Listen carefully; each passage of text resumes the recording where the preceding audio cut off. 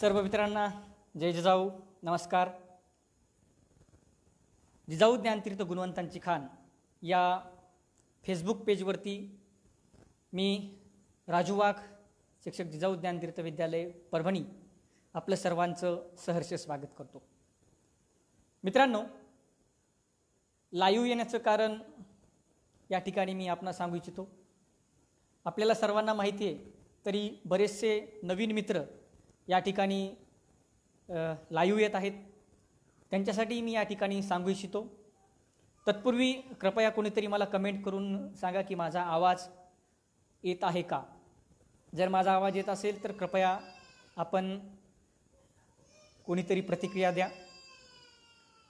जिजाऊ ज्ञानतीर्थ गुणवंतांची खाण या फेसबुक पेजच्या माध्यमातून आपण मागच्या महिनाभरापासून वेगवेगळे संवाद साधत आहोत. जिजाऊ ज्ञानतीर्थ ही शिक्षण संस्था मागच्या 20 वर्षापासून आणि या 20 वर्षामध्ये या संस्थेच्या माध्यमातून लाखो विद्यार्थी या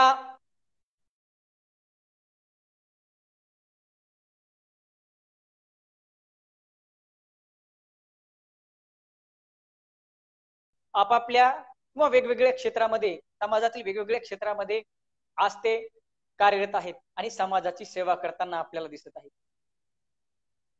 यातीलच काही माजी विद्यार्थ्यांशी आपण या फेसबुक लाईव्हच्या माध्यमातून संवाद साधत आहोत आणि त्यांच्या जीवनाचा एकंदरीत प्रवास कसा घडला हे आपण या ठिकाणी जाणून घेत आहोत.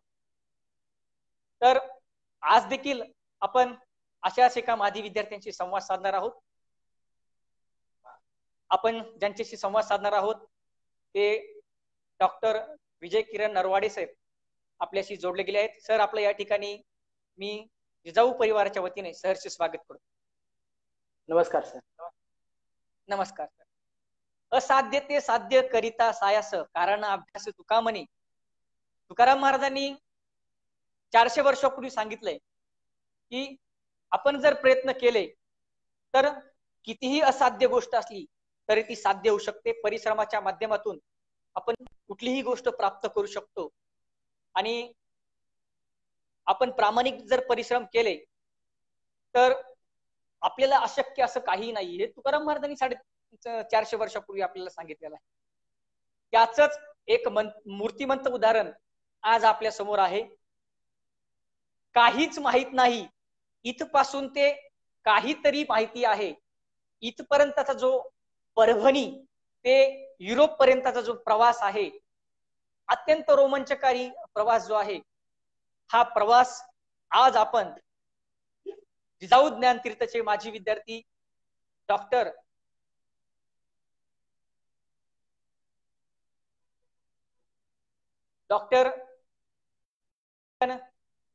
नागसेनराव नरवाडे यांच्याकडून आपण जाणून घेणार आहोत.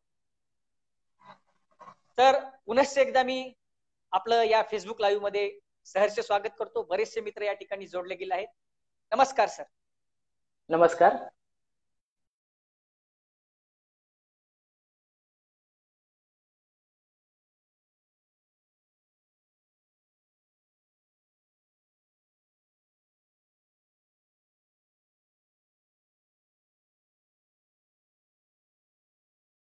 तर माझा आवाज येतोय आपल्याला? तुमचा क्लिअर येतोय सर आवाज? हा, येतोय सर. तुमचा पण आवाज येतोय. या ठिकाणी सर आपलं स्वागत. आपण आजच्या या ठिकाणी संवादाला सुरुवात करू. तत्पूर्वी मी आपणास सांगू इच्छितो की सर, जिजाऊ ज्ञानतीर्थच्या माध्यमातून आपण बघत असाल की जिजाऊ ज्ञानतीर्थच्या माजी विद्यार्थ्यांशी, वेगवेगळ्या क्षेत्रामध्ये कार्यरत असणाऱ्या माजी विद्यार्थ्यांशी आपण मागच्या महिनाभरापासून संवाद साधत आहोत. आज आम्ही तुमच्याशी संवाद साधतोय. आम्हाला आनंद होतोय. संवादाला सुरुवात करण्या अगोदर सर, आमच्या सर्व मित्रांना जे आज आपल्याला बघत आहेत त्या सर्वांना आपलं नाव, आपलं गाव, आपली कौटुंबिक पार्श्वभूमी कृपया आपण आमच्या सर्व मित्रांना या ठिकाणी सांगावी. नक्की सर. धन्यवाद सर. माझे सर्व गोष्टीची सुरुवात करण्यापेक्षा मी थोडंसं अगोदर त्याचं बॅकग्राऊंड सांगतो. नेमकं काही दिवसापूर्वी मला आदरणीय नितीन सरांचा फोन आला होता. माझा आवाज बहुतेक क्लिअर येतोय ना सर? काही अडचण हा नाही ना? येतो सर. सर आवाज येतोय. हा. हा, तर सरांनी सांगितलं होतं की आपण जिजाऊ ज्ञानतीर्थ परिवारातर्फे असा एक उपक्रम घेतोय की जे काही आपले माजी विद्यार्थी आहेत, ते माजी विद्यार्थ्यांना आपण त्यांनी ज्या ज्या क्षेत्रामध्ये जे काही काम केलेलं आहे ते आपण आपली जी काही सध्याची जी काही स्टुडंट्स आहेत त्यांच्या समोर आपण ते काम समोर घेऊन येतोय. तर तू त्या कार्यक्रमाचा एक भाग म्हणून तू बोलावंस अशी माझी इच्छा आहे. तर मी सर्वात अगोदर सरला म्हणलं, सर मी नको याचा अर्थ कशामुळे? सर म्हणलं की मी माझ्याबद्दल बोलण्यापेक्षा बेटर आहे की सर मी मुलांना एक नाही दोन नाही, मी कम्प्लीट एक सेमिस्टर मी शिकवतो ऑनलाईन रोज 1 तास, पण मी माझ्याबद्दल बोलायला नको. कारण मला एक वाटतं की जगप्रसिद्ध एक सायंटिस्ट आहे मॅरी क्युरी, तिने खूप छानसं वाक्य म्हणलेलं आहे, be less curious about people and more curious about ideas. म्हणजे आपण लोकांचे उणे धुणे काढण्यापेक्षा आपण ज्या काही आयडियाज आहेत त्या आयडियाज वर आपण बोललं पाहिजे. त्यामुळे मी ही गोष्ट टाळत होतो. पण महत्वाची आदरणीय लोहट मॅडमनी मला एक म्हणलेलं वाक्य होतं की तू जे आयुष्य जगतोस हे आयुष्य लाखो जणांना जगण्याची इच्छा असते, त्याच्यामुळे तुझा जो प्रवास आहे तो सर्वांसमोर येणं खूप गरजेचं आहे. त्यामुळे या गोष्टीसाठी मी तयार झालो. आणि दुसरी गोष्ट म्हणजे स्वतःबद्दल सांगणं म्हणजे ऍक्च्युली मला साहित्याचा खूप जास्ती आवड आहे. तर सर्वांना मला माहित आहे की आनंद फंदी कवी तुम्हाला माहित असतील, त्यांनी खूप छान वाक्य म्हणलेले की मी मोठा धनाढ्य गर्वभार हा वाहू नको, या पद्धतीनं. आणि एकाहून एक चढ या जगामध्ये थोरपणा मिरवू नको. त्यामुळे मला ही गोष्ट नको वाटत होती. तर मला वाटलं की चला आपल्यामुळं किंवा काही मुलं जर प्रेरित होत असतील तर ही गोष्ट महत्वाची. तर सर्वप्रथम मी माझं नाव सांगतो. माझं नाव डॉक्टर विजय किरण नागसेनराव नरवाडे. मी मूळचा राहणार परभणीचा. आणि फॅमिली बद्दल बोलायचं म्हणजे तर माझे वडील आदरणीय म्हणजे नागसेन नरवाडे हे चित्रकला शिक्षक म्हणून 2017 मध्ये आपली जी जिल्हा परिषद कन्या शाळा आहे परभणीमध्ये, येथून ते सेवानिवृत्त झाले. माझी आई गृहिणी आहे. त्याच्यानंतर माझा मोठा भाऊ आहे जो की कृषी क्षेत्रामध्ये काम करतो. आणि माझा लहान भाऊ आहे, त्याच्यासोबत माझी वहिनी आहे, एक खूप छानसा गोंडस माझा पुतण्या आहे. तर असे एकंदरीत माझी फॅमिली बॅकग्राऊंड आहे. आणि सर्वात महत्वाचं म्हणजे मी जे काही आहे, म्हणजे एक गोष्ट मला कधी जाणवते की ज्यावेळेस तुमचं एखादं सक्सेस असतं, ते सक्सेस म्हणजे तुमच्या फॅमिलीचं असतं. पण तुम्हाला सर्व सुविधा मिळूनही तुमच्या फॅमिलीनं जर तुम्हाला सर्व सुविधा मिळूनही जर तुम्हाला अपयश येत असेल तर सर्व अपयश ते तुमचं असतं. त्याच्यामुळे आपल्या जे काही आपली जडणघडण असते त्याच्यामध्ये आपला सगळ्यात मोठा भाग जो असतो तो आपल्या फॅमिलीचा असतो. धन्यवाद. नक्कीच सर, की तुम्ही सुरुवातीला सांगितलं की तुम्हाला तुमचा मोठेपणा या ठिकाणी सांगायला नको वाटतं. परंतु सर निश्चितपणे जसं लोहट मॅडम म्हणाल्या की तुमच्यामुळं, कारण ही मुलाखत जी आहे तुम्हाला या ठिकाणी मी सांगू इच्छितो की ही जी मुलाखत आहे, ही मुलाखत किंवा ज्या ज्या मुलाखती आम्ही घेतलेल्या आहेत आणि घेणार आहोत, या सर्व मुलाखती आम्ही जिजाऊ ज्ञानतीर्थच्या सर्व विद्यार्थ्यांना जे आज शिक्षण घेत आहेत अशा सर्व विद्यार्थ्यांना आम्ही प्रोजेक्टरच्या माध्यमातून या सर्व मुलाखती या ठिकाणी दाखवणार आहोत, जेणेकरून त्यांना विविध क्षेत्रातील माहिती व्हावी. आणि तुमचा जो प्रवास आहे जिजाऊ ज्ञानतीर्थचे माझे विद्यार्थी, कारण एखादी व्यक्ती घडत असताना ती सहजासहजी घडत नाही, त्याच्या पाठीमागं खूप मोठी साधना असते. तर हा जो प्रवास आहे हा प्रवास त्यांना कळावा, तुम्ही केलेली तपश्चर्या, तुम्ही केलेली साधना त्यांना कळावी आणि कुठंतरी त्यांना तुमचं मार्गदर्शन मिळावं, या उद्देशातून हा प्रवास आम्ही या ठिकाणी विद्यार्थ्यांच्या समोर आणतोय. तर नक्कीच सर, आपल्या तो मनाचा मोठेपणा आहे आणि तुमचा कदाचित तो स्वभाव आहे. तर माझा दुसरा प्रश्न असा आहे की सर, आपलं प्राथमिक, माध्यमिक, उच्च माध्यमिक आणि पदव्युत्तर शिक्षण कुठं झालं, जरा त्या सर्व मित्रांना आपण सांगू. नक्कीच सर. ऍक्च्युली हा माझा खूप जिव्हाळ्याचा विषय आहे सर. कारण मला काही झालं तर माझ्या लोकांबद्दल बोलायचं, माणसांबद्दल बोलायचं. आणि आपल्या माणसांचं गौरवगान आता याच्यापेक्षा जगात कोणतं भूषण नसतं. तर बेसिकली मला जी माझी शाळा आहे म्हणजे 10वी पर्यंत एज्युकेशन जे आहे ते 5 शाळेमध्ये झालेलं आहे. म्हणजे 10वी पर्यंत मी लिटरली 5 शाळा बदललेल्या आहे. तर माझे पहिले आयुष्यातले पहिले जे शिक्षक आहेत ते म्हणजे माझे वडील नागसेन नरवाडे. म्हणजे त्यांचा हात धरून मी जिल्हा परिषदच्या शाळेमध्ये सुरुवातीला गेले. त्याच्यानंतर मी 4थी पर्यंत शिक्षण जिल्हा परिषद पूर्ण शाळेमध्ये घेतलं. त्यानंतरचं जे एज्युकेशन आहे पूर्णामधली एक खूप सुंदरशी शाळा आहे अभिनव विद्या विहार. त्या अभिनव विद्या विहार मध्ये माझं 7वी पर्यंत शिक्षण झालेलं आहे. आणि त्यानंतरचं जे एज्युकेशन आहे तिथं पूर्णेमध्ये त्यावेळेस म्हणजे ही गोष्ट म्हणजे 2002-3 ची काहीतरी असेल बहुतेक. तर त्यावेळेस तिथं संस्कृत विषय नव्हता, त्यामुळं मी पूर्णेमधली जी दुसरी शाळा आहे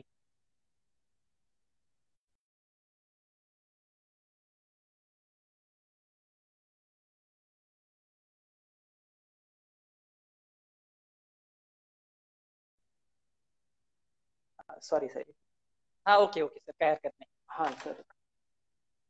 तर दुसरी जी शाळा आहे त्या म्हणजे 8वीला मी असताना विद्याप्रसारणी जी शाळा आहे पूर्णामधली त्या शाळेमध्ये बर. होतो. त्यानंतर माझ्या वडिलांची परभणीला बदली झाल्यामुळे मी नूतन विद्या मंदिर आपली जी जिंतूर रोडवरती शाळा आहे त्या शाळेमध्ये होतो.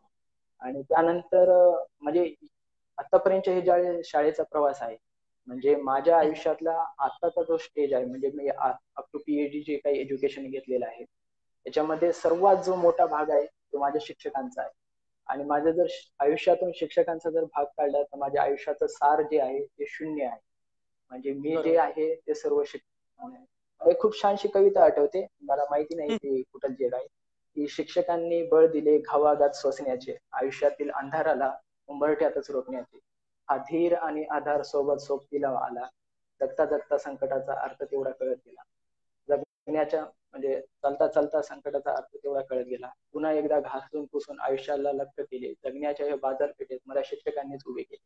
तर हे इतकं मोठं जे काही माझ्या आयुष्यामधलं जे काही कॉन्ट्रीब्युशन आहे ते शिक्षकांचं.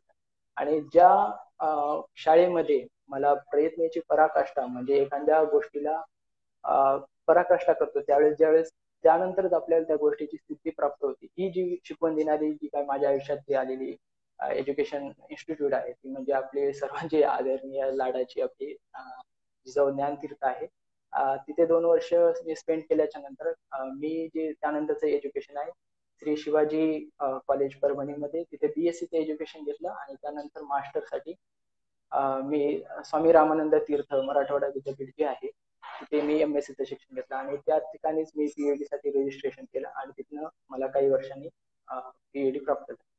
तर एकंदरीत माझ्या पीएचडी प्रवासामध्ये या एज्युकेशन इन्स्टिट्यूटचा सहभाग होता. आणि महत्वाचं म्हणजे एज्युकेशन इन्स्टिट्यूट पेक्षा या एज्युकेशन इन्स्टिट्यूट मध्ये असलेले जे शिक्षक आहेत प्राध्यापक वृंद आहेत त्यांचं माझ्या आयुष्यातलं सगळ्यात मोठं कॉन्ट्रीब्युशन. नक्कीच सर, धन्यवाद सर. माफ करा मित्रांनो, सरांबद्दल माहिती सांगितली, परंतु सरांचा परिचय मी या ठिकाणी थोडासा करून देतोय.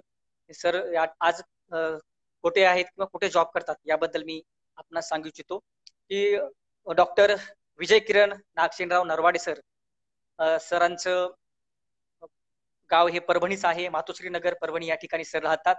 आणि सर सध्या researcher and guest assistant professor म्हणून नांदेड या ठिकाणी स्कूल ऑफ फिजिकल सायन्स जी स्वामी रामानंद तीर्थ युनिव्हर्सिटी नांदेड या ठिकाणी ते प्रोफेसर म्हणून सध्या कार्यरत आहेत. सरांना या ठिकाणी इरॅमस मुंडूस ही जी युरोपियन युनिव्हर्सिटीची जी फेलोशिप आहे ती फेलोशिप सरांना मिळालेली आहे. याबरोबरच गव्हर्नमेंट ऑफ स्लोवाकिया यांची NSP ही फेलोशिप देखील सरांना मिळाली आहे. याबरोबरच महाराष्ट्र सरकारची पार्टी ही जी फेलोशिप आहे ही देखील सरांना मिळालेली आहे. आणि सरांचा जो पीएचडीचा विषय आहे, सरांचं पीएचडीचं शिक्षण झालेलं आहे, सरांचा जो पीएचडीचा विषय आहे तो nano material for environmental application हा सरांचा विषय आहे. सर मनपूर्वक धन्यवाद. पहिलाच प्रश्न आपल्या कामासंबंधी, आपल्या कार्यासंबंधी. तर मला सांगा की आपल्या संशोधनाचा विषय मी आता उल्लेख केला तरी सुद्धा आम्हाला सर्वांना पुन्हा एकदा सांगा की आपल्या संशोधनाचा विषय काय आहे आणि त्याचं महत्व काय आहे हे थोडक्यात आमच्या सर्व मित्रांना आपण या ठिकाणी सांगावं. ऍक्च्युली संशोधन करायचंय म्हणजे काय करायचं याच्या अगोदर मला जसं माहिती आहे की म्हणजे संशोधनाच्या अगोदर येण्या अगोदर मी साहित्याचं बऱ्यापैकी म्हणजे वाचन वगैरे होतं. मला म्हणजे फमू शिंदेची त्यांचं एक फमू शिंदेचं एक पुस्तक आहे, म्हणजे अभंग टाईप मध्ये त्यांचे बोल दिलेला, त्याच्यातले एक खूप छानशा पंक्ती येतात की सूक्ष्मदर्शकाने घेतला रे शोध, होईनाच बोध अस्तित्वाचा, आहेस तू कुठे सामान्य माणसा, असूनही कसा असा नसलेला. म्हणजे एका कवी असणाऱ्या माणसानं सूक्ष्मदर्शक म्हणजे जे विज्ञानाची जी गोष्ट आहे ती सामान्य लोकांसाठी वापरली. म्हणजे त्या क्षेत्रामध्ये सामान्य लोक कुठे आहेत, म्हणजे संशोधन होते ते कोणासाठी आहे. संशोधनाचा अर्थ की असे संशोधन ज्या संशोधनामुळे सामान्य नागरिकांच्या जीवनामध्ये अत्यावश्यक बदल जे की हितकर असतील असे असले बरोबर. पाहिजे, ते संशोधनाचा मूळ गाभा असतो. ओके, तर ही गोष्ट धरून मी ठरवलं की आपण पण पीएचडी करायला पाहिजे आणि चला बाबा की जगाचे खूप नाही पण आपल्या परीने काहीतरी वाटा असावा या पद्धतीने. तर या संदर्भातच माझं जे स्पेशलायझेशन होतं एमएससी ला, ते बेसिकली मी नॅनो मटेरियल्स म्हणजे मटेरियल सायन्स नावाचं एक स्पेशलायझेशन असतं.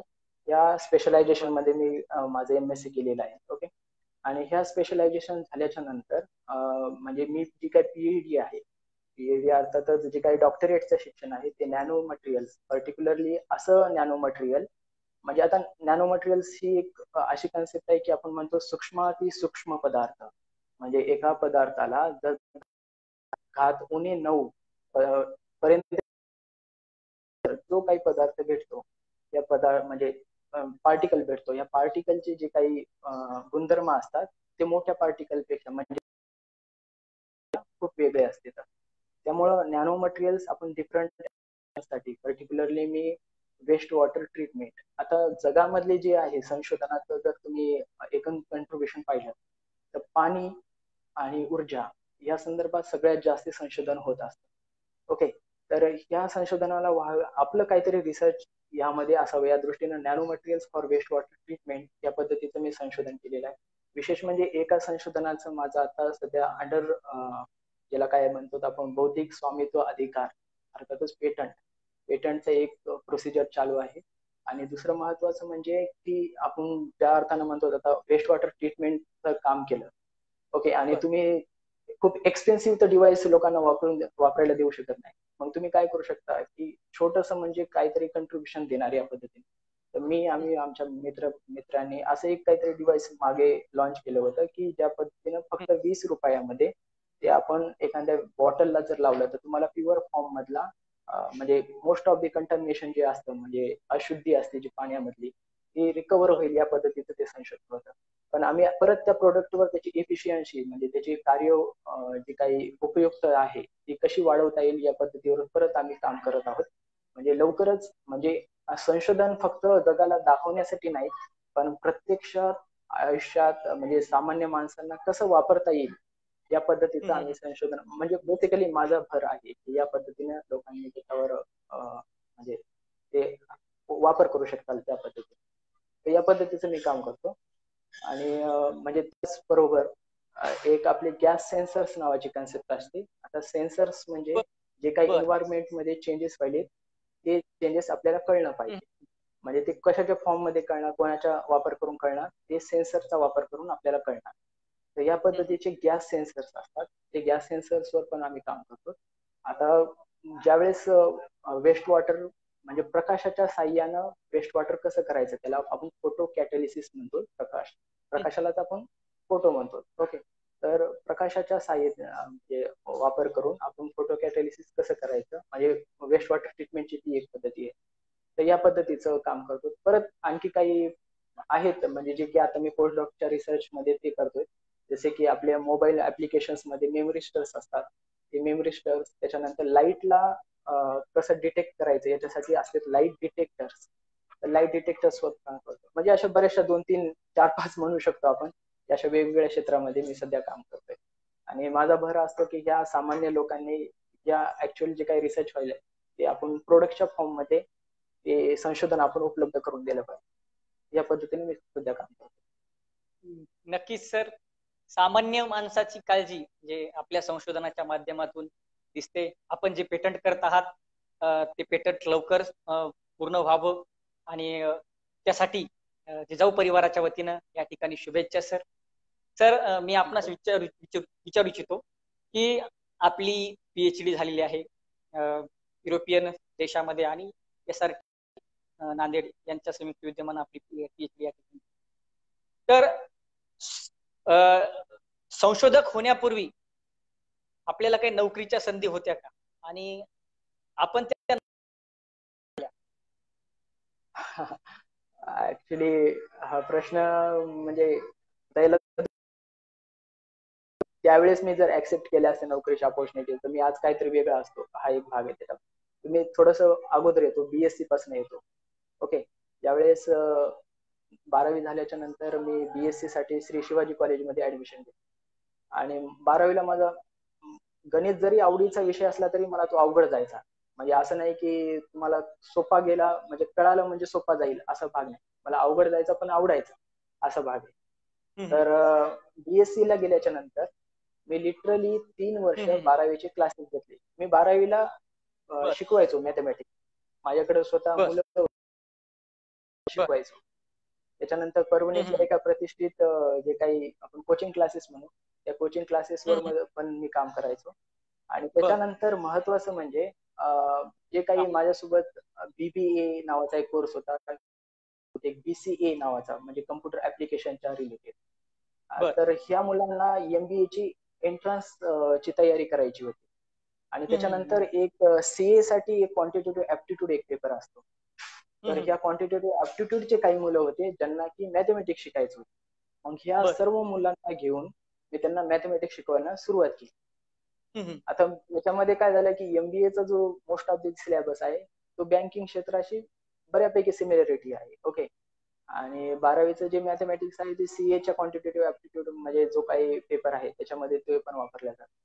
म्हणजे रिझल्ट हा झाला की 3 वर्ष त्यांना शिकवता त्यावेळेस ज्या काही IBPS परीक्षा होत्या मी उगाच सहज फॉर्म भरावा म्हणून IBPS च्या एक्झाम्स दिल्या. आणि IBPS म्हणजे मला वाटतं की आजच्या काळातली म्हणजे बँकिंग रिलेटेड सगळ्या क्षेत्रामध्ये बहुतेक जॉब देणारी IBPS संस्था आहे. ओके, तर म्हणजे BSc थर्ड इयरला असताना मी IBPS च्या सर्व एक्झाम पास झालो असं झालं.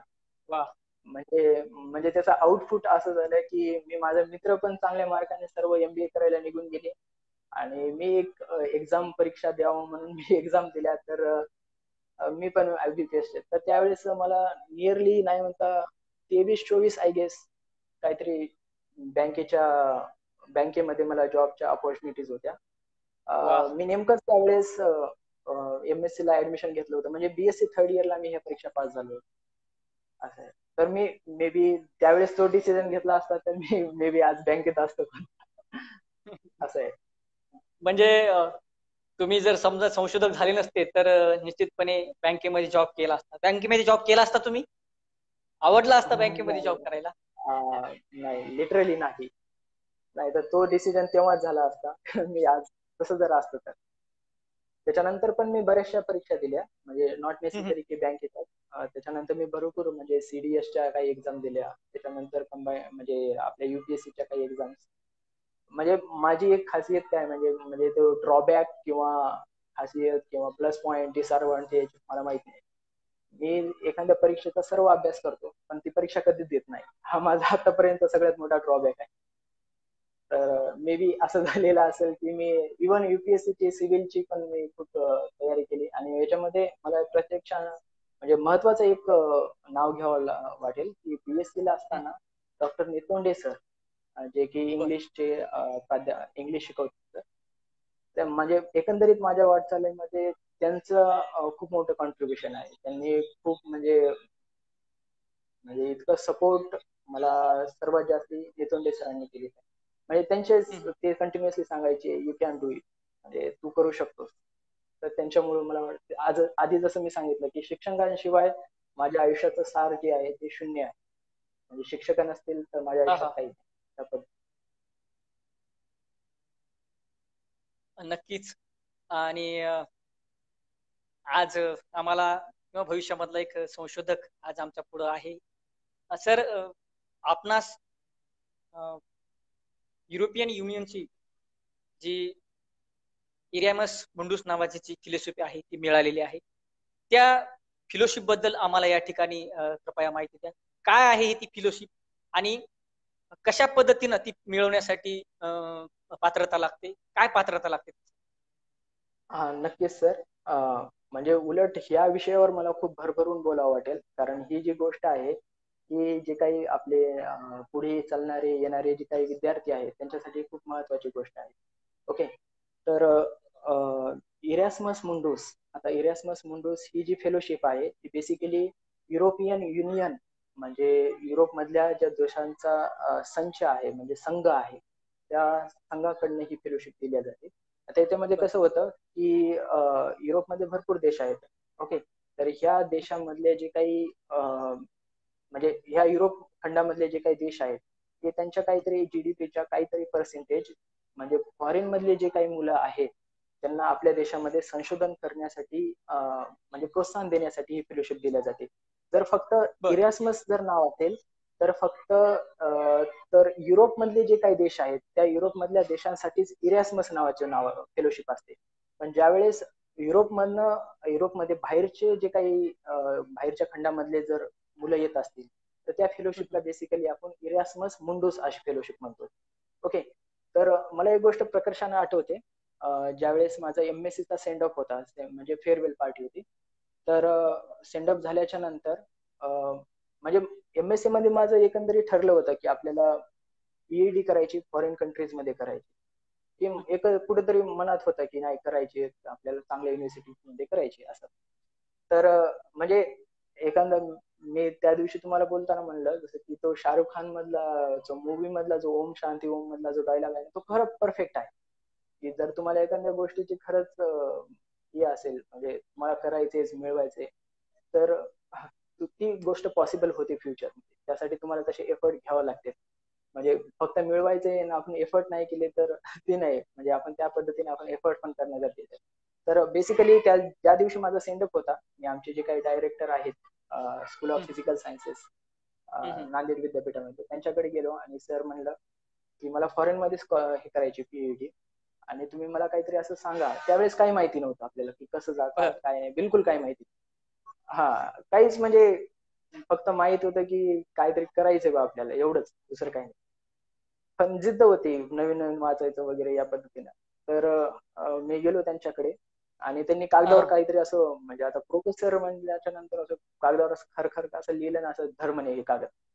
आणि मी ते असं पाहिलं आणि मला लिटरली काहीच कळालं नाही काय म्हणजे काय आहे म्हणून. मग मी ते काही ते कागद उडपला आणि पॉकेटमध्ये ठेवून टाकला. त्याच्यानंतर मी तिथंच रिसर्च करण्यासाठी तिथंच जॉईन झालो विद्यापीठामध्ये. आणि नंतर महत्वाचं म्हणजे माझं जे काही PhDचं कंट्रीब्युशन आहे याच्यामध्ये सर्वात जास्त मोठं कंट्रीब्युशन डॉक्टर RS खैरनार सरांचं, जे की माझे PhD ला गाईड पण होते आणि यांनी मला खूप मदत केली या गोष्टीमध्ये की रिसर्च प्रपोजल कसं असतं ते कसं लिहायला पाहिजे. त्यासाठी बऱ्याचशा गोष्टी असतात. म्हणजे महत्वाचं असतं की तुम्हाला मोटिवेशन लेटर लिहिणं. त्याच्यानंतर SOP नावाचा एक प्रकार असतो म्हणजे स्टेटमेंट ऑफ पर्पज. हे मोटिवेशन लेटर त्याच्यानंतर स्टेटमेंट ऑफ पर्पज आणि रिसर्च प्रपोजल याच्यावर म्हणजे ती स्कॉलरशिपची बऱ्यापैकी म्हणजे डिपेंड असते ती. तर म्हणजे मग काही वर्षानं काय झालं म्हणजे MSc झाल्याच्या नंतर 1 वर्षात मला जी फेलोशिप मिळाली होती त्या फेलोशिपचं नाव त्या कागदावर 1 वर्षापूर्वी जे लिहिलेलं होतं तीच फेलोशिप होती. म्हणजे इव्हन मी तो पॉकेटमध्ये जाऊन तो कागद पाहिला की नेमकं काय होतं त्या म्हणजे मी त्यावेळेस कम्प्लीट विसरून गेलो होतो. तर त्या कागदामध्ये जे नाव लिहिलेलं होतं ते होतं इरॅस्मस मुंडूस. आणि विशेष म्हणजे आता म्हणजे ज्यावेळेस आपण याच्याबद्दल बोलणार पूर्ण भारतामधनं 14 जणांचं सिलेक्शन झाले होते त्यावेळेस. तर या 14 मध्ये एक नाव माझं होतं. तर ही बऱ्यापैकी म्हणजे खूप प्रेस्टिजियस स्कॉलरशिप आहे आणि याच्यामध्ये भरपूर म्हणजे वेगवेगळ्या गोष्टीचा कस पण पाहिला जातो की तुमचं म्हणजे इव्हन असं आपण म्हणतो की इंग्लिश एज्युकेशन म्हणजे इंग्लिश बोलणं वगैरे, पण इंग्लिशवर पण तुम्हाला म्हणजे आपल्या मराठी भाषेवर तर आपण प्रेम केलंच पाहिजे, पण ज्या काही ज्ञान भाषा आहेत त्या ज्ञान भाषेचा पण आपण कास धरली पाहिजे. तर त्याच्यामुळं इंग्लिशची तुमची क्वालिफिकेशन हे पण इव्हन पाहिल्या जाते. तर या पद्धतीनं तो एक प्रवास होता आणि बेसिकली 3 स्टेज मधली ही निवड प्रक्रिया आहे. एक तुमचे भारतामधनं, त्याच्यानंतर एक तुम्ही जिथे काम करणार आहेत युनिव्हर्सिटी मधनं म्हणजे फॉरेन युनिव्हर्सिटीमध्ये, तर त्या युनिव्हर्सिटीचं एक, आणि त्याच्यानंतर महत्वाचं म्हणजे की तुमचं त्यांनी पण ऍक्सेप्ट केलं, पण जी काही फंडिंग एजन्सी असते, या केसमध्ये जी फंड देणारी तुम्हाला एजन्सी आहे ती आहे युरोपियन युनियन, त्यांना पण बर. तुमचा रिसर्च प्रपोजल आवडलं पाहिजे. या तिन्ही गोष्टी जर पॉसिबल झाल्या तर तुम्हाला फेलोशिप मिळू शकते. तर बेसिकली माझं जे पीएडी ला जे काही सिलेक्शन झालं होतं ते होतं युनिव्हर्सिटी ऑफ मॅरिबोर, म्हणजे स्लोव्हेनिया. आणि हा जो आहे खूप सुंदरसा देश आहे आपला ऑस्ट्रिया, त्याच्यानंतर ऑस्ट्रियाला लागूनच. म्हणजे तिथे काही बर. नाही, तुम्ही असं जिल्हा बदलला की एक देश बदलतो त्या पद्धतीचं असतं. म्हणजे तुम्ही ऑस्ट्रियामध्ये राहिलात का किंवा तिथे राहिलात का त्याचं मॅटर करत नसतं तसं. तर हम्म. एकंदरीत या पद्धतीत, आणि विशेष म्हणजे मी जिथे संशोधन केलं हे पूर्ण, तिथे ते मेकॅनिकल इंजिनिअरिंगचं इन्स्टिट्यूट होतं. असं नव्हतं की ते फिजिक्सचं होतं म्हणून, ते मेकॅनिकल हम्म. इंजिनिअर. आणि म्हणजे बेसिकली मला एक गोष्ट काय जाणवते की माझा 12वीला इंजिनिअरिंगला नंबर नव्हता लागला लिटरली. म्हणजे मला खूप मार्क कमी होते, ते माझा बॅड पॅच होता, पण त्याच्यामधून ओव्हरकम करणं हे पण खूप महत्वाचं होतं. त्याच्यामुळं कुठेतरी आपण त्याच्यावर, आणि विशेष म्हणजे इंजिनिअरिंगला नंबर न लागता आपण अशा इन्स्टिट्यूट मध्ये पीएचडी करायलो, म्हणजे मेकॅनिकल इंजिनिअरिंग मध्ये आपण पीएचडी करायलो. बेसिकली माझं फिजिक्सचं बॅकग्राऊंड, आणि फिजिक्स बर. बॅकग्राऊंड मधनं मेकॅनिकल इंजिनिअरिंग मध्ये पीएचडी करायलो, आणि ते पण डॉक्टर लावून असं. म्हणजे एकंदरीत हे खूप स्वप्नवत माझा म्हणजे म्हणजे प्रेडिक्ट करता येत नाही या पद्धतीचा हा प्रवास होता पीएचडीचा, असं आहे. तर अशी एकंदरीत माहिती आहे इरास्मस मुंडस फेलोशिप. निश्चित. मगाशी जसं मी तुम्हाला सुरुवातीला सांगितलं की साध्य ते साध्य करिता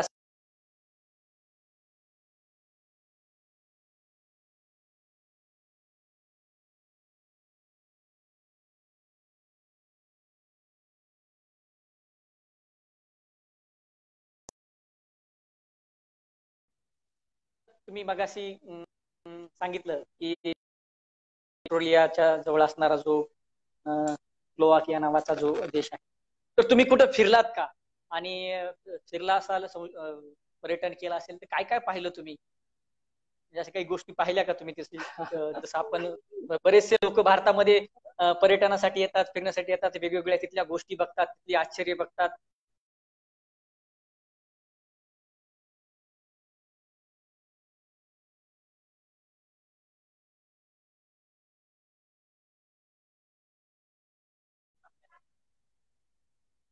सर, आवाज येतोय माझा? हा हा, येस सर. तर महत्वाचं म्हणजे आता याच्यामध्ये एक प्रकार असतो की युरोपमध्ये ज्या वेळेस जातात, युरोपमध्ये बहुतांश जे देश आहेत त्यांच्या बाउंड्रीज एकमेकाला ओपन असते, म्हणजे तुम्ही एका देशामधून दुसऱ्या देशामध्ये प्रवास करू शकता. तर यासाठी महत्वाचा असतो विजाचे वेगवेगळे प्रकार असतात. आता ज्यावेळेस आपण स्टुडंट ऍज अ स्टुडंट म्हणून जातो त्यावेळेस जर तुम्ही मोर दॅन 3 मंथ किंवा जर राहत असताल तर त्या केसमध्ये तुम्हाला एक शेंजेन नावाचा एक विजाचा प्रकार असतो. हा शेंजेन विजा तुम्हाला मिळतो. आता हे शेंजेन बर. विजाचं म्हणजे प्लस पॉइंट काय आहे आपण असं कन्सिडर करू, तर तुम्ही सर्व देश फिरू शकता युरोपियन युनियन मधले जे काही आहेत. तर म्हणजे महत्वाची गोष्ट आहे, म्हणजे मला इब्न बतुता हे जे काही इतिहासातलं, किंवा फायनियान तुम्ही जर हे नाव ऐकले असतील, तर हे हो. जग प्रवासी होते. हो. म्हणजे मी तेवढं पण म्हणजे मी म्हणजे प्रायोरिटी आपलं गोल कन्सिडर करून जो काही स्पेअर टाइम आहे त्या टाइम मध्ये मी मॅक्झिमम फिरण्याचा प्रयत्न करायचो. कारण कसं आहे माहिती का, मला वाटतं की पुस्तकं आणि ट्रॅव्हलिंग याच्यानं तुम्ही तुमचं आयुष्य लिटरली बदलू शकता. कारण याच्यामध्ये भयानक पॉवर असते. तुम्ही पुस्तक जितके जास्ती वाचन केले आणि तुम्ही जितकं जास्ती फिरलात, म्हणजे फिरलात म्हणजे तुम्ही माणसांशी भेटणार. माणसं म्हणजे काही नसते, पुस्तकच असते. म्हणजे पुस्तक आपण वाचतो तसे माणसं पण आपण एकमेकाला वाचत असतो. त्या पद्धतीचं आहे असतं. तर पर्टिक्युलरली इब्न बतुताने खूप छान म्हणलेलं आहे. इब्न बतुताने म्हणलेलं आहे की travelling makes you speechless, then it will turn you into a story teller. म्हणजे ज्यावेळेस तुम्ही एखाद्या जागेला भेट देता, त्या जागेला भेट हम्म. दिल्याच्या नंतर तुम्ही लिटरली म्हणजे स्पीचलेस होता. तुम्हाला काय बोलायचं काय नाही हे सुधरत नाही, म्हणजे तुम्हाला कळत नाही. पण ज्या वेळेस तुम्ही त्या ठिकाणाहून वापस येता, त्या वापस आल्याच्या नंतर तुम्हाला त्याबद्दल काय सांगू की काय नाही, की काय सांगू की हा भाव होतो. म्हणजे तुम्हाला it will turn into story teller या पद्धतीचा. तर मी बऱ्यापैकी नाही म्हणतात 3-4 वर्ष युरोपमध्ये होतो, म्हणजे 2015, 16, 17, 18. म्हणजे नोव्हेंबरचा 18 या पद्धतीने मी तिथे होतो. तर या दरम्यान मी मिनिमम 18 देशांमध्ये मी गेलेलो आहे. आणि माझे फिरण्याची एक वेगळी ट्रिक होती. ही ट्रिक काय होती की लोक काहीतरी म्हणजे टुरिस्ट अट्रॅक्शन म्हणून फिरत होते. माझ्यासाठी फिजिक्स हे खूप महत्वाचं आहे किंवा विज्ञान हे खूप महत्वाची गोष्ट आहे. तर म्हणजे आईन्स्टाईनने इथे इथे हे संशोधन केलेलं आहे की जर थीम पकडली तर मी आईन्स्टाईन कुठं कुठं भेट दिला होता, आईन्स्टाईननं कुठं कुठं काम केलं होतं हे पाहत मी फिरत होतो.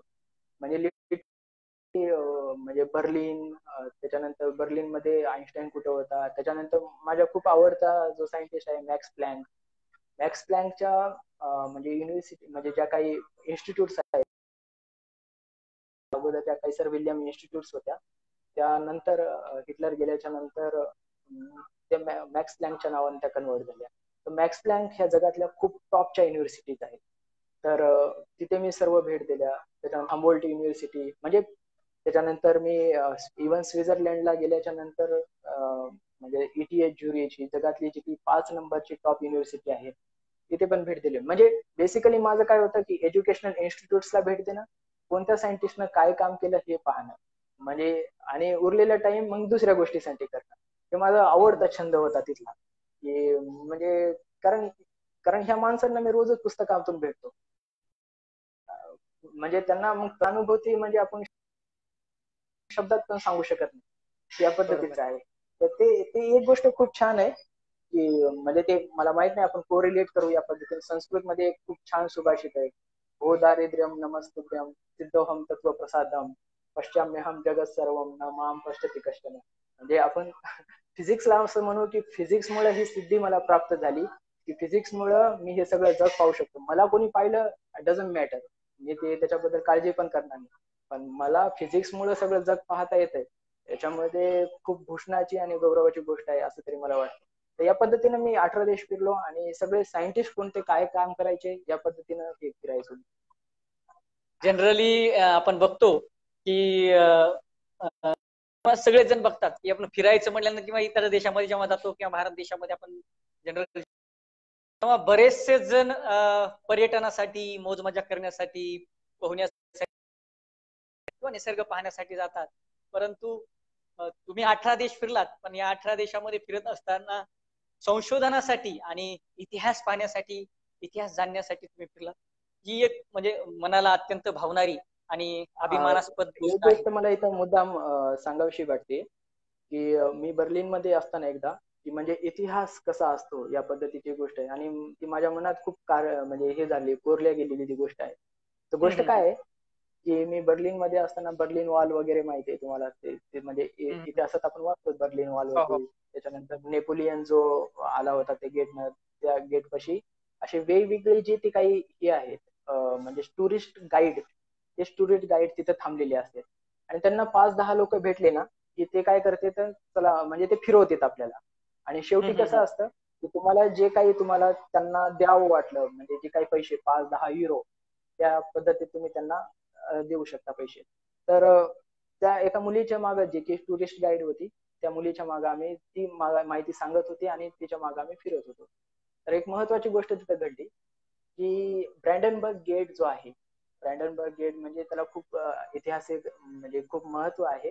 तर ह्या म्हणजे नेपोलियन पण त्याच ब्रँडनबर्ग गेट मधनं म्हणजे जर्मनीमध्ये आला होता, असे ते एकंदरीत स्टोरी आहे.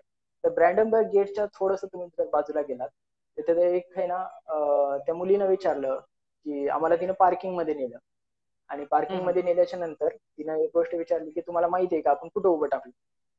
आता आपण काय म्हणणार, पार्किंग मध्ये आहे तर आपण म्हणणार की आपण पार्किंग मध्ये उभं टाकलेलं आहे, असं साहजिक आहे. तर ती म्हणली एक गोष्ट की ज्या जागेवर आपण आज उभं टाकलेत आता त्या जागेच्या एक्झॅक्टली खाली अडॉल्फ हिटलरनं म्हणजे आत्महत्या केलेली होती. मी एक्सपेक्ट करत होतो आता म्हणजे आपल्या याच्यानुसार की म्हणजे काहीतरी असेल तिथे म्हणजे स्मृतीचं वगैरे की ते या पद्धतीनं असेल. तर ती म्हणे की म्हणजे ह्या गोष्टीचं त्यांनी हेच कळू दिलं नाही, म्हणजे अस्तित्वच म्हणजे मिनिमम करण्याचा प्रयत्न केलेला आहे. म्हणजे ही गोष्ट माझ्या मनात खूप म्हणजे फिट बसलेली आहे, की म्हणजे ज्या काही निगेटिव्ह गोष्टी आहेत त्यांनी त्या म्हणजे ऐतिहासिक जतन करण्यापेक्षा त्यांना त्या पद्धतीनं कसं कमी करता येईल या गोष्टीवर त्यांनी काम केलेलं आहे. आणि बऱ्याचशा गोष्टी येतात म्हणजे एकतर कसं होतं की आपण फॉरेन मध्ये गेल्याच्या नंतर आपण तुलनात्मक अभ्यास करायला चालू करतो. म्हणजे आपण भारतात असं आहे, इकडं असं आहे. मला तसं बिलकुल वाटत. म्हणजे इवन म्हणजे ज्यावेळेस मी परत आलो तर माझ्यासोबत 8 माझे मित्र होते आणि हे 8 मित्रांपैकी म्हणजे सर्व मित्र मला म्हणले होते की तू वापस जाऊ नको, तू तुझा जो काही पीएचडीचा वायवा आहे तो कव्हर कर आणि तू परत ये या पद्धतीने. आणि त्यापैकी 7 जण परत तिथेच आहेत, म्हणजे तिकडेच ते संशोधन करतायत, जॉब करतायत. पण मी इथे सध्या नांदेड विद्यापीठामध्ये ऍज अ गेस्ट फॅकल्टी म्हणून आणि रिसर्चर म्हणून काम करतो. तर बेसिकली ज्यावेळेस आपण बाहेर जातो ना, आपण तुलनात्मक अभ्यास करण्याचा प्रयत्न करतो. मग आपल्याकडे हे आहे ते कमी जास्ती काढण्याचा प्रयत्न करतो. पण मला लिटरली माझ्या इंडिव्हिज्युअल लेवलवर काय वाटतं की बा तुम्हाला प्रॉब्लेम असू द्या ना, प्रॉब्लेम तर सर्वांनाच असतात. तर जितक्या जास्ती प्रॉब्लेम आहे तितक्या जास्ती तुम्हाला अपॉर्च्युनिटीज आहे. तर तुम्ही त्या प्रॉब्लेम मधून कोणकोणत्या प्रकारच्या अपॉर्च्युनिटीज तुम्ही क्रिएट करू शकता, ही गोष्ट माझ्यासाठी खूप महत्वाची आहे. असं आहे.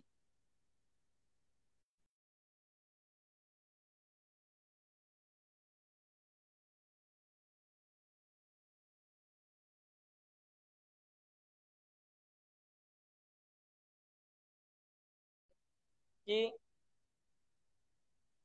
युरोपियन शिक्षण पद्धती आणि भारतीय शिक्षण पद्धतीमध्ये तुम्हाला काय फरक जाणवला?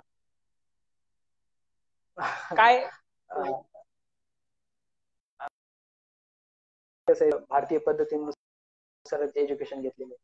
पण बेसिकली ह्या गोष्टीवर मला बोलायला आवडेल, कारण मी ज्या युनिव्हर्सिटीमध्ये शिकायचो त्या युनिव्हर्सिटीच्या बाजूलाच लागून एक शाळा होती. आता ही जी शाळा होती त्याच्यामध्ये मला थोड्या वेळानं काहीतरी संगीताचाच क्लास ऐकू येईल, थोड्या वेळानं सगळे मुलं फुटबॉल खेळायले, काही मुलं त्यातली स्केटिंग खेळायलेत, काही जण वेगळा गेम खेळायलेत, वेगळं.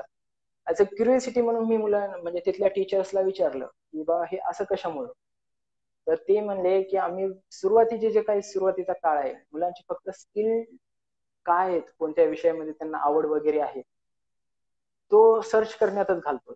म्हणजे त्यानुसार म्हणजे म्हणजे लहानपणापासून म्हणजे जे काही शाळेत जात आहे आपण कन्सिडर करतो 10 वर्षापर्यंत, 10 वर्षापर्यंत त्यांच्या कोणत्या तरी एका फील्डमध्ये जर स्किल डेव्हलप झाल्या तर त्या स्किल्सला आम्ही पुढे नेण्याचं काम करतो या पद्धतीने.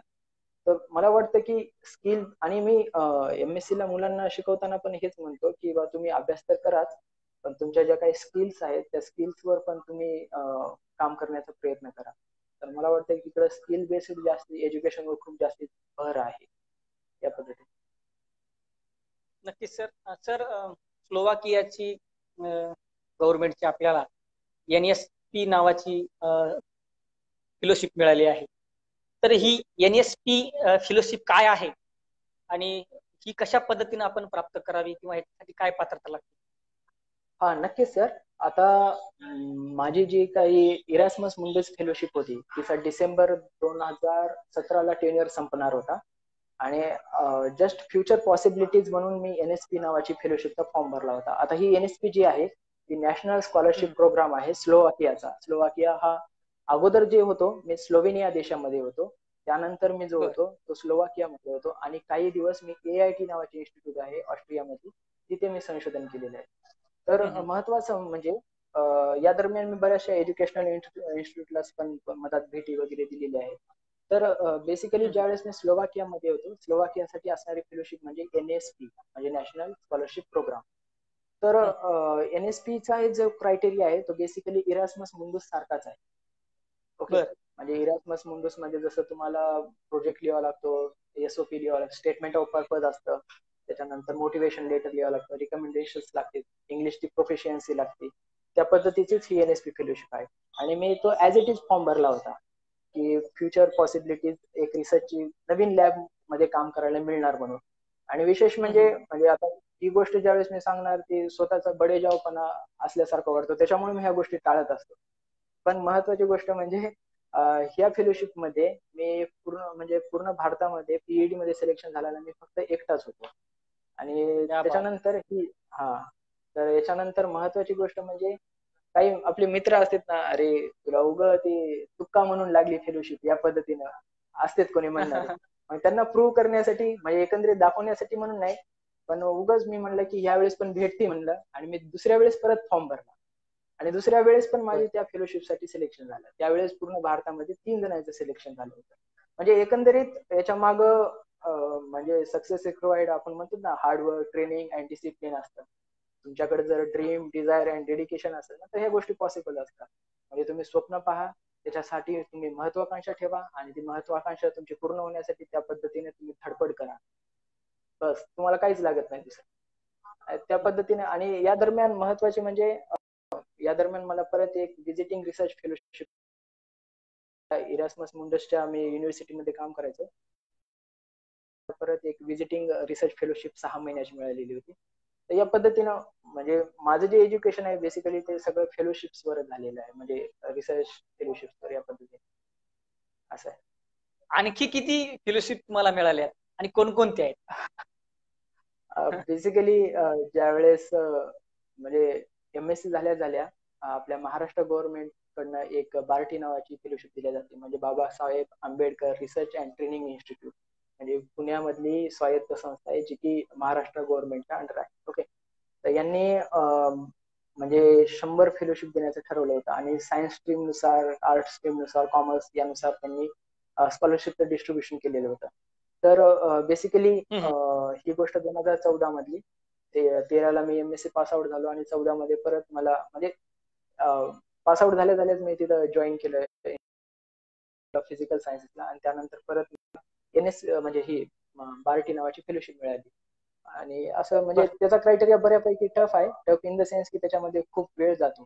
म्हणजे 3 स्टेज मध्ये तुमचा इंटरव्ह्यू असतो, तुमचे डॉक्युमेंट व्हेरिफिकेशन असतं, त्यांनी ते नंतर वर्कशॉप, एक रिसर्च मेथडॉलॉजी म्हणजे एक प्रकार असतो, म्हणजे तुम्ही रिसर्च कसं करायला पाहिजे या संदर्भात त्यांनी माहिती दिलेली असते. तर यांचा वर्कशॉप म्हणजे एकंदरीत हा बार्टी. आणि विशेष म्हणजे सेकंड रँक होल्डर असल्यामुळे मला MSc फेलोशिप मिळालेली होती. MSc त्याच्यानंतर हे पुढचं जे पूर्ण एज्युकेशन आहे ते माझं फेलोशिप वर झालं, म्हणजे बार्टी, त्याच्यानंतर इरास्मस मुंडस, त्याच्यानंतर विजिटिंग रिसर्च फेलोशिप्स, आणि विजिटिंग रिसर्च फेलोशिपच्या नंतर 2 वेळेस मला NSP फेलोशिप मिळालेली आहे, म्हणजे स्लोवाकिया देशात. तर थोडस नेटवर्क आपलं कमी होताना दिसत आहे. चालेल. हा, हॅलो. इथे क्लिअर आहे सर, काही अडचण येत नाही. हा, क्लिअर येतोय सर आवाज. हा, ओके सर. तर आपण बार्टी बद्दल माहिती सांगितली. त्याचं सर ऍडमिशन कशा पद्धतीने घ्यायचं आणि ती फेलोशिप तुम्ही पूर्ण केली का? हा, तर बेसिकली काय झालं होतं सर की बार्टीची फेलोशिपचा जो काही टेन्युअर होता तो टेन्युअर संपला की माझा फॉरेनच्या फेलोशिपचा टेन्युअर चालू झाला या पद्धतीने. त्याच्यामुळे काही अडचण नाही आली त्या पद्धतीने, म्हणजे ही फेलोशिप कम्प्लीट झाल्याच्या नंतर मला पुढची फेलोशिप मिळाली. त्याच्यामुळे तेवढं काही अडचण नाही आली. सर, परभणी ऍस्ट्रॉनॉमिकल सोसायटीमध्ये देखील आपण काम करता. या ऍस्ट्रॉनॉमिकल सोसायटीच्या माध्यमातून सध्या आपण कोणकोणत्या पद्धतीचे कोणकोणते उपक्रम राबवलेले आहेत? सॉरी सर, थोडा आवाजाचा प्रॉब्लेम येतो.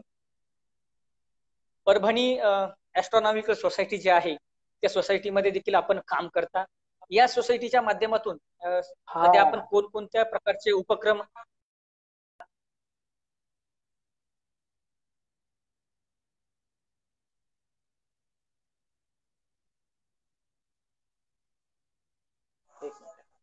हा सर.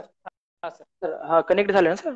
हा, येस येस येस. हा, झालं सर. ऍक्च्युली ह्या ऍक्टिव्हिटी बद्दल मला खूप भरभरून बोलावं असं वाटेल सर, कारण म्हणजे कसं आहे, तिकडून परत आल्याच्या नंतर म्हणजे माझा स्वभाव मी लिटरली सांगतो, मी बऱ्यापैकी इंट्रोवर्ट होतो. इंट्रोवर्ट म्हणजे मी जास्त कोणामध्ये जास्त बोलायचं नाही या पद्धतीचं होतं. म्हणजे मी आज तुम्हाला हे जे काही चेंजेस आहेत ते लिटरली परभणी ऍस्ट्रॉनॉमिकल सोसायटीमध्ये माझ्यामुळे झालेले आहेत. आणि हे जी काही विजन आहे हा खरंच जो म्हणजे आमचे जे प्रेसिडेंट आहे तो खरी विजनरी माणूस आहे. म्हणजे विजन म्हणजे डॉक्टर रामेश्वर नाईक यांच्याबद्दल आपण तर म्हणजे मी लिटरली त्यांना म्हणतो की बाबा हे सुपर हिरो आहे. म्हणजे कधी कधी मला ते वाक्य म्हणून असं वाटतं की आईन्स्टाईननं म्हणलं होतं की दोन गोष्टी खूप इन्फानाईट आहेत. ही तुम्हाला गोष्ट मी म्हणली होती की की एक युनिव्हर्स आणि माणसाचा मूर्खपणा. पण त्यानं मला वाटतं खूप चुकीचं म्हणलं होतं. कारण त्याला काही ह्या मोठमोठ्या जे काही समाजासाठी काम करणारे माणसं आहेत, त्या समाजासाठी काम करणाऱ्या माणसाच्या मनाचा तळ कधीच नाही लागलेला. म्हणून मी असं पण म्हणतो की ही पण गोष्ट खूप इन्फानाईट आहे. म्हणजे याच्यामध्ये बेसिकली मला असं म्हणावं वाटेल की आमचे प्रेसिडेंट जे आहेत ते डॉक्टर रामेश्वर नाईक सर, त्याच्यानंतर डॉक्टर PR पाटील सर, आणि आमचे परत एक सुपर हिरो म्हणजे आदरणीय सुधीर सोनवणकर सर, त्यांना Prasad sir, Ranjit Lad sir, Ashok sir, Vedprakash Arya sir, हे म्हणजे खूप भयंकर माणसं आहेत, म्हणजे जिद्दीनं वाहून घेतलेले. तर बेसिकली याच्यामध्ये ज्या काही परभणी ॲस्ट्रॉनॉमिकल सोसायटीच्या ऍक्टिव्हिटीज आहेत, तर मेन मोटो आहे की विज्ञानाधिष्ट आपला समाज बनवला पाहिजे. म्हणजे लोकांनी विज्ञानावर आधारित त्यांनी दृष्टिकोन ठेवला पाहिजे. हा बेसिकली त्याचा मोटो आहे सोसायटीचा. तर या दृष्टीनं म्हणजे आता हे केव्हा पॉसिबल आहे, तर पॉसिबिलिटी ही आहे की तुम्ही लहानपणापासूनच मुलांना म्हणजे वैज्ञानिक जाणीवा कशा प्रकारे चांगल्या होतील त्या गोष्टीचं तुम्ही प्रशिक्षण देता. आता ॲस्ट्रॉनॉमीच विषय का? कारण ॲस्ट्रॉनॉमी असा विषय आहे जो की सर्व विषयांना कंबाईन करू शकतो. ओके, तर या पद्धतीने इव्हन तुम्ही ह्या जर विषय कन्सिडर केला त्याच्यामध्ये फिजिक्स, मॅथमॅटिक्स, केमिस्ट्री, बायोलॉजी हे सर्व विषयांचा अंतर्भाव होतो यामध्ये. आणि मुलांना वेगवेगळ्या प्रकारची आवड असते, धरून ती संस्थेची निर्मिती केली. याच्या अंडर आपण विज्ञानवाढीचा एक सदर घेतो. त्याच्यानंतर वेगवेगळ्या शास्त्रज्ञांची आपण शिबिरं घेतो आणि वेगवेगळे वर्कशॉप्स अरेंज करत असतो.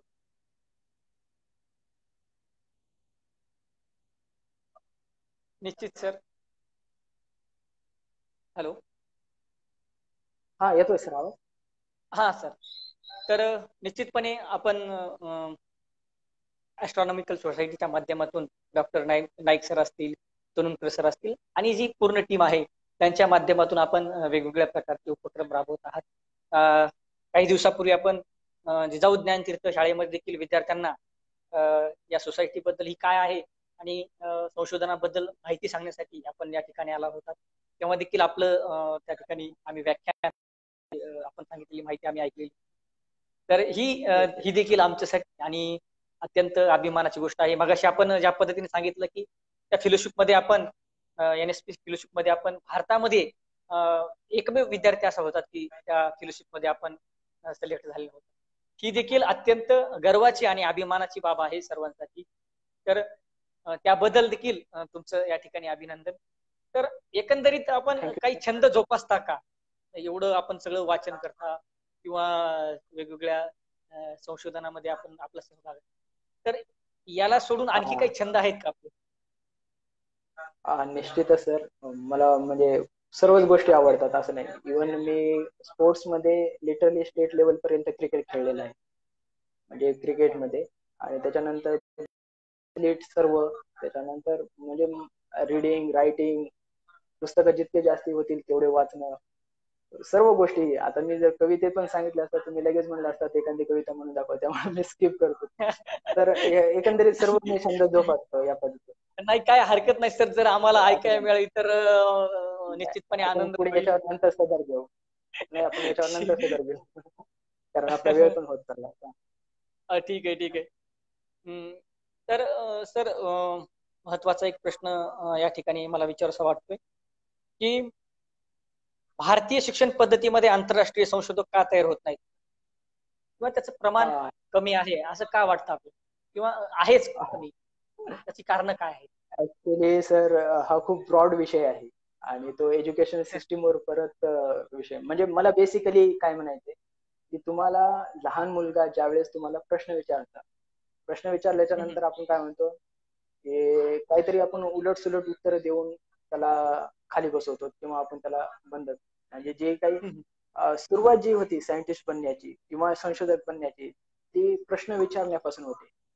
म्हणजे म्हणजे तुम्ही जितके जास्ती प्रश्न विचारले तितके तुमच्यामध्ये क्युरियोसिटी आहे, त्यामुळे तुम्ही प्रश्न विचारता. ही क्युरियोसिटी जो प्रकार आहे ना, तो आपण लहान मुलांमध्ये सहसा सुरुवातीलाच हे करून टाकतो. फॉर एक्झाम्पल आपण साधी गोष्ट घेऊ.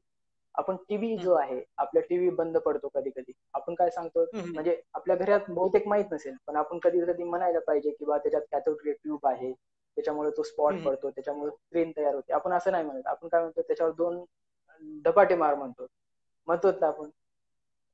रिमोट आहे, सिंपल रिमोट घ्या ना. रिमोट आपण काय म्हणतो, त्याला पॉझिटिव्ह निगेटिव्ह सेल चेक करून पहा, असं आपण करतो का? आपण काय म्हणतो मुलाला, एकदा दोनदा आपटून पहा. म्हणजे मला वाटतं की सोसायटी बद्दल म्हणजे एज्युकेशन सिस्टीम बद्दल बोलण्यापेक्षा आपण आपल्या घरापासूनच आपण ही सुरुवात केली तर मला वाटतं की ह्या गोष्टीला जास्ती चालना मिळेल. म्हणजे खूप जण म्हणजे मोठ्या स्केलवर change, APJ Abdul Kalam sir तेच म्हणतात ना की तुम्हाला मोठ्या स्केलवर जर चेंज पाहायला भेटेल, पाहायचं असेल तर तुम्हाला सुरुवात स्वतःपासूनच करायची आहे. म्हणजे परभणी ऍस्ट्रॉनॉमिकल सोसायटीचा मोटोच तो आहे की तुमच्यामध्ये वैज्ञानिक जाणीवा ज्या काय आहेत त्या स्ट्रॉंग करणं. त्या पद्धतीने मला वाटतं की हा पॉइंट आहे. आपण मुलांना प्रश्न विचारू दिले पाहिजे. तुम्हाला आपल्याला उत्तर माहित नसेल तर आपण जो काही जाणकार आहे आपण त्यांच्याकडे नेलं पाहिजे, पण त्याच्या जे काही शंका कुशंका आहेत त्याचं आपण निरसन करणं खूप गरजेचं आहे. निश्चितच सर. आता एक युरोपियन युनिव्हर्सिटीमध्ये जवळपास आपण 4-5 वर्ष राहिलात आणि जवळपास 18 देशांमध्ये आपण फिरले. तर तिथला एखादा चांगली आणि एखादा चांगला प्रसंग किंवा एखादी चांगली आणि एखादी वाईट 2 गोष्टी सांगता येतील? एक चांगला आणि एक वाईट प्रसंग. चांगली गोष्टी म्हणजे बऱ्याचशा गोष्टी आहेत. आणि म्हणजे काय आहे की मी जिथे राहायचो म्हणजे भारताबद्दल युरोपियन देशामध्ये खूप प्रचंडीचं कुतूहल असतं. म्हणजे खूप म्हणजे एके दिवशी मी क्रोएशिया नावाच्या देशामध्ये गेलो होतो आणि क्रोएशियामध्ये तिथं कसं मी रेंट म्हणून म्हणजे 2-3 दिवसासाठी राहण्यासाठी एका अपार्टमेंट मध्ये गेलो होतो. आणि अपार्टमेंट मध्ये गेल्याच्या नंतर त्या अपार्टमेंटची जी ओनर होती, ती ओनर कोणती सिरियल पाहत असेल, ती सिरियल पाहत होती बालिका वधू. आणि मला ते आश्चर्य फील झालं की युरोप मधली बाई म्हणजे तिथली ती बालिका वधू सिरियल पाहते. म्हणजे हे माझ्यासाठी खूप कल्चरली म्हणजे खूप ही गोष्ट होती. आणि त्यांना भारताबद्दल म्हणजे भारताची जी काही स्पिरिच्युअलिटी आहे, धार्मिक स्थळं आहेत, पर्टिक्युलरली योगासन आहे, म्हणजे या गोष्टीवरून त्यांना खूप प्रचंड आवड आहे. त्याच्याबद्दल ते कुतूहल. आणखी महत्वाची गोष्ट मला एक जाणवते की ही गोष्ट घडलेली आहे माझ्यासोबत. मी ज्यावेळेस युरोपमध्ये नवीन होतो, मला एक गोष्ट म्हणजे एक ठिकाण मला सापडत नव्हतं कुठं जायचंय काय. तर मग एक सायकलवाला जात होता. मी त्याला विचारलं की कुठे आहे हे ठिकाण, आणि मग तो लिटरली माझ्या सोबत आला ते ठिकाण दाखवण्यासाठी की हे ठिकाण इथे आहे. आता मी नंतर सायकलवर जातो. त्यानं मला त्या ठिकाणापर्यंत सोडलं, त्याच्यानंतर तो गेला. ही माझ्यासाठी खूप चांगली गोष्ट होती. म्हणजे चांगला अनुभव होता. वाईट अनुभवाबद्दल आपण मे बी आपण तसं त्यांच्याबद्दल नाही बोलायला पाहिजे, पण एकंदरीत आपण पॉझिटिव्ह गोष्टीवर बोलू. हे चांगले अनुभव होते. नक्कीच. तर तो प्रसंग अत्यंत मजेशीर वाटला, बालिका वधू चा तो प्रसंग. तर सर, अत्यंत महत्वाचा प्रश्न मला आपणास विचारायचा की शालेय स्तरापासून आपल्याकडील जे विद्यार्थी किंवा आपले विद्यार्थी आहेत यांच्यामध्ये संशोधक वृत्ती जोपासण्यासाठी काय काय करता येईल किंवा काय काय उपक्रम राबवता येतील, काय काय केलं पाहिजे? हा, नक्कीच सर. मला हा खूप महत्वाचा प्रश्न वाटतो. जसं की मी माझं एक एक्झाम्पल सांगतो. माझ्या ऑल टाइम फेवरेट जे टीचर्स आहेत त्याच्यापैकी एक आहेत भारती सर. तर म्हणजे 6वीला असताना त्यांनी संप्लवन कसं होतं, तर संप्लवनावर त्यांनी प्रॅक्टिकल्स करून दाखवले होते. मला लिटरली म्हणजे वाटलं नव्हतं की 6वीला आपल्याला कोणी प्रॅक्टिकल करून दाखवेल, पण त्या सरांनी सर्व ती अरेंजमेंट केली आणि तसं प्रॅक्टिकल कसं होतं, काय नाही, कोणत्या मटेरियलच्या काय प्रॉपर्टी आहेत. मला वाटतं ही गोष्ट माझ्या लहानपणी खूप महत्वाच्या घडलेल्या आहेत की सर्व शिक्षकांनी मला म्हणजे सायंटिफिक व्ह्यून कसं जग पाहायचं काय नाही हे खूप शिकवलेलं आहे. आणि महत्वाची गोष्ट म्हणजे माझं संशोधनामध्ये येण्याचं कारण म्हणजे की माझ्या मागं जे काही साहित्यिक आहेत, साहित्यिक म्हणजे तुम्हाला वैज्ञानिक जाणीवा करून देणारे ते वैज्ञानिकच आहेत. म्हणजे ते सामाजिक क्षेत्रात काम करणारे वैज्ञानिक आहेत. म्हणजे आपण असं डिफरन्शिएट नाही केलं पाहिजे की साहित्य म्हणजे काही विज्ञानाचं काही घेणं देणं नाही, पण साहित्यिक म्हणजे ते सामाजिक वैज्ञानिकच आहेत. म्हणजे यांचा पण आपण अभ्यास केला पाहिजे. म्हणजे बेसिकली शाळेमध्ये प्रॅक्टिकल्स इम्प्लिमेंट करणं, मुलांना प्रश्न जास्तीत जास्त कसे हे करता येतील त्या दृष्टीने हे करणं, प्रॅक्टिकल्सवर ध्यान देणं, नवीन नवीन ऍक्टिव्हिटीज राबवणं, ह्या गोष्टी खूप महत्वाच्या आहेत. आणि याच्यामधूनच सायंटिस्ट घडतो म्हणजे काही खूप परग्रहावरून आलेला माणूस असतो असं काही नाही. म्हणजे तुम्ही त्याच्यातल्या ज्या काही गोष्टी आहेत त्यांना तुम्ही वर काढणं, त्याची जी काही चौकश बुद्धी आहे आपण त्याला म्हणतो, ती कशी तुम्ही डेव्हलप करू शकता, हीच गोष्ट आहे, दुसरं काही नाही. आणि एकंदरीत त्यांना समाजाचा विचार करावा. नक्कीच नक्कीच सर. अगदी शेवटचा प्रश्न की जिजाऊद ज्ञानतीर्थ या शाळेचं, या विद्यालयाचं आपल्या जडणघडणीमध्ये काय योगदान आहे? निश्चितच सर, या गोष्टीवर मला तर वाटलं लागलं मी पहिल्यांदा ह्या गोष्टीवर बोलावं. कारण महत्वाचा जो आपल्या आयुष्यातला कालखंड असतो 11वी-12वी, 11वी-12वी माझी जिजाऊ ज्ञानतीर्थ मधनं झालेली आहे. ओके. या दरम्यान मला पर्टिक्युलरली सगळ्यात माझ्या आयुष्यातलं याच्यात म्हणजे महत्वाचं कॉन्ट्रीब्युशन आहे ते आदरणीय नितीन गौड सरांचं.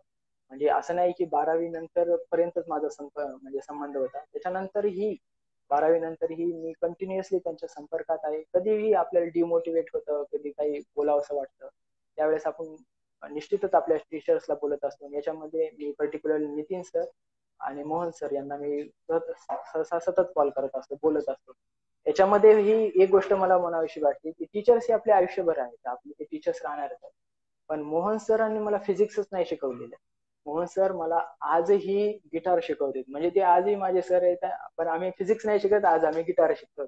आणि म्हणजे महत्वाची गोष्ट आहे की आपल्या ज्या काही म्हणजे जिजाऊ ज्ञानतीर्थचं घोषवाक्य आहे की जिथे प्रयत्नाची पराकाष्ठा होते तिथे सिद्धी हात जोडून उभी राहते, ही गोष्ट मला खूप महत्वाची वाटते की आपण प्रयत्न करायला पाहिजे, तुम्हाला निश्चितच सिद्धी मिळेल, तुम्ही त्या कामामध्ये सक्सेसफुल होता. आणि महत्वाचं म्हणजे मला पर्टिक्युलरली 2 शिक्षकांचे नाव घ्यावीशी वाटते. आम्हाला बायोलॉजी शिकवायला कदम सर होते, अप्रतिम शिकवायचे, अप्रतिम म्हणजे अप्रतिम. आणि त्यानंतर खल्लाळ सर केमिस्ट्रीचे, म्हणजे त्यांनी शिकवलेलं इलेक्ट्रॉनिक कॉन्फिगरेशन कोणत्याही मटेरियल मी आजही तशाला तसं करू शकतो, म्हणजे काढू शकतो. आणि त्यांनी खूपच सुंदर, खल्लाळ सर आणि कदम सर पर्टिक्युलरली खूप मुद्दामून नाव घ्यावीसे वाटते. हे पर्टिक्युलरली माझ्यावर खूप इम्प्रेस म्हणजे माझ्या मनावर छाप पाडलेले 2 शिक्षक आहेत, पर्टिक्युलरली खल्लाळ सर आणि कदम सर. त्यांनी खूपच उत्कृष्ट. आणि इंग्लिशला मग नितीन सर होते. नितीन सर कंटिन्युअसली आमच्या सोबतच असायचे, मोहन सर, नितीन सर. म्हणजे मला कधी अशी म्हणजे म्हणजे थर्ड पार्टी फिलिंग नाही आली. म्हणजे मी कम्प्लिटली आपली एक फॅमिली आणि आपण फॅमिलीमध्ये शिकतोय. कारण माझा संबंध नितीन सरांसोबत पहिल्यापासून आहे. माझे वडील जे आहेत ते कन्या शाळेमध्ये शिक्षक असल्यामुळे, ते सतत संपर्कातले असल्यामुळे ते एकंदरीत फॅमिलीच आहे. त्याच्यामुळे मी काही असं एज्युकेशनल इन्स्टिट्यूट म्हणून नाही, ऍज अ माझी फॅमिली म्हणूनच कन्सिडर करतो जाऊन. निश्चित सर. आणि जिजाऊ ज्ञानतीर्थ परिवारासाठी ही अत्यंत अभिमानास्पद गोष्ट आहे. सर्व शिक्षकांसाठी ही अभिमानास्पद गोष्ट आहे की आज जिजाऊ ज्ञानतीर्थचा विद्यार्थी वेगवेगळ्या देशामध्ये तर शिक्षण घेऊन आलेच, परंतु आपल्या देशासाठी देखील काहीतरी योगदान द्यावं आणि ते सर्वसामान्यांना त्याचं काहीतरी लाभ व्हावा या दृष्टिकोनातून संशोधन करतोय. ही निश्चित सर्वांसाठी अभिमानाची गोष्ट आहे. आपल्या पुढील भावी वाटचालीसाठी हार्दिक हार्दिक शुभेच्छा सर. या ठिकाणी विद्यार्थ्यांना किंवा बघणाऱ्या सर्व जे मित्र आहेत त्यांना, त्यांच्यासाठी किंवा विद्यार्थ्यांसाठी मला असं म्हणावं असं वाटतं, जे की आता आमचे हे विद्यार्थी सर्वजण पाहणार आहेत ही सर्व मुलाखत, तर त्यांच्यासाठी मला सांगावं असं वाटतं की राष्ट्रसंत तुकडोजी महाराज म्हणतात की भाग्याकरिता संकल्प करावे, दृढ निश्चया आठवीत जावे, दृढ निश्चया साठवीत जावे, तैसेची प्रयत्न करीत राहावे, आळस सोडून या. याचा अर्थ असा आहे की जर भाग्यवान व्हायचं असेल तर त्यासाठी आपल्याला संकल्प करावा लागतो. आणि नुसता संकल्प करून उपयोग नाही, तर तो संकल्प पूर्ण करण्यासाठी आळस सोडून प्रयत्नांची पराकाष्ठा करावी लागते. आणि या प्रयत्नांच्या माध्यमातूनच आपल्याला सिद्धी प्राप्त होते. जिजाऊ ज्ञानतीर्थचं ते ब्रीद वाक्यच आहे की जेथे साधनेची पराकाष्ठा होते तिथे सिद्धी हात जोडून उभी राहते. प्रयत्न केल्याशिवाय सिद्धी आपल्याला मिळणार नाही आणि आपण ती गोष्ट साध्य करू शकणार नाहीये. निश्चितपणे प्रयत्नानं काय होतं तर असं म्हटलं जातं की वाळूही रगडीता तेल गळे, ज्या पद्धतीनं अशा पद्धतीने म्हटलं जातं, तशा आपण आपली गोष्ट साध्य करू शकतो. कुठलीही गोष्ट साध्य करू शकतो, कुठलीही गोष्ट असाध्य नाही, हे तुकाराम महाराजांनी देखील सांगितलेलं आहे. म्हणून जिवंत उदाहरण आपल्या सर्वांच्या समोर डॉक्टर विजयकुमार विजय किरण नरवाळे सरांच्या रूपामध्ये आहे. तर निश्चित विद्यार्थी मित्रांनो, आपण देखील प्रयत्नांची पराकाष्ठा करा आणि निश्चित सिद्धी आपल्या पुढं हात जोडून उभी राहील. आजचा हा संवाद अतिशय सुंदर झाला सर. आपल्या संवादाच्या माध्यमातून आम्हाला सुंदर आणि भरपूर माहिती मिळाली, जी की आम्ही कधी ऐकलेली नाही. विविध देशांची आम्हाला माहिती मिळाली, विविध फिलोसॉफी बद्दल आम्हाला माहिती मिळाली, आपल्या संशोधनाबद्दल आम्हाला माहिती मिळाली. आणि हे जे विद्यार्थी आज आपली मुलाखत बघत आहेत, मित्र जे मुलाखत बघत आहेत आणि येणारे जे विद्यार्थी आपली मुलाखत बघणार आहेत, निश्चितपणे त्यांना या मुलाखतीचा, आपण केलेल्या संशोधनाचा, आपल्या प्रवासाचा आणि आपण केलेल्या अभ्यासाचा निश्चितपणे फायदा होणार आहे. आपण जी साधना केली ती कशा पद्धतीने केली, तर एकंदरीत आपण ज्या सगळ्या गोष्टी सांगितल्या याचा निश्चितपणे आमच्या विद्यार्थ्यांना फायदा होणार आहे आणि त्यांच्या जीवनाचा प्रवास देखील या माध्यमातून ते करतील. आपण या फेसबुक लाईव्हच्या माध्यमातून त्याशी संवाद साधला, त्याबद्दल जिजाऊ ज्ञान तीर्थ परिवाराच्या वतीनं मी या ठिकाणी आपले मन. त्याबरोबरच आजचा जो हा फेसबुक लाईव्हचा कार्यक्रम आहे, हा आमच्या बऱ्याचशा मित्रांनी वेळात वेळ काढून ऐकलेला आहे, पाहिलेला आहे आणि ते निश्चितपणे नेहमीच पाहत असतात. पुढे देखील ते पाहणार आहे. ते सर्वांचं देखील मी जिजाऊ परिवाराच्या वतीनं या ठिकाणी सहर्ष आभार मानतो आणि आपल्या सर्वांना सांगू इच्छितो की याच पद्धतीने आम्ही दर रविवारी जिजाऊ ज्ञान तीर्थच्या माजी विद्यार्थ्यांशी संवाद साधणार आहोत आणि त्यांच्या जीवनाचा जो प्रवास आहे तो प्रवास आम्ही या फेसबुक लाईव्हच्या माध्यमातून जाणून घेणार आहोत. तर पुढच्या रविवारी देखील आपण अशाच एका माजी विद्यार्थ्यांशी संवाद साधणार आहोत. त्यांच्या जीवनाचा एकंदरीत प्रवास कसा घडला आणि आज ते काय करत आहेत, तर याबद्दल आम्ही पुढच्या रविवारी देखील माहिती घेणार आहोत. भेटूया पुढच्या रविवारी. सर, आपणासही विनंती आहे की आपण देखील हा प्रवास पुढच्या रविवारी ऐकावा. तर या ठिकाणी मी पुनश्च एकदा सर्वांचे आभार मानतो. या ठिकाणी मी थांबतो. धन्यवाद. जय जिजाऊ. भेटूया पुढच्या रविवारी. थँक्यू. नमस्कार. धन्यवाद.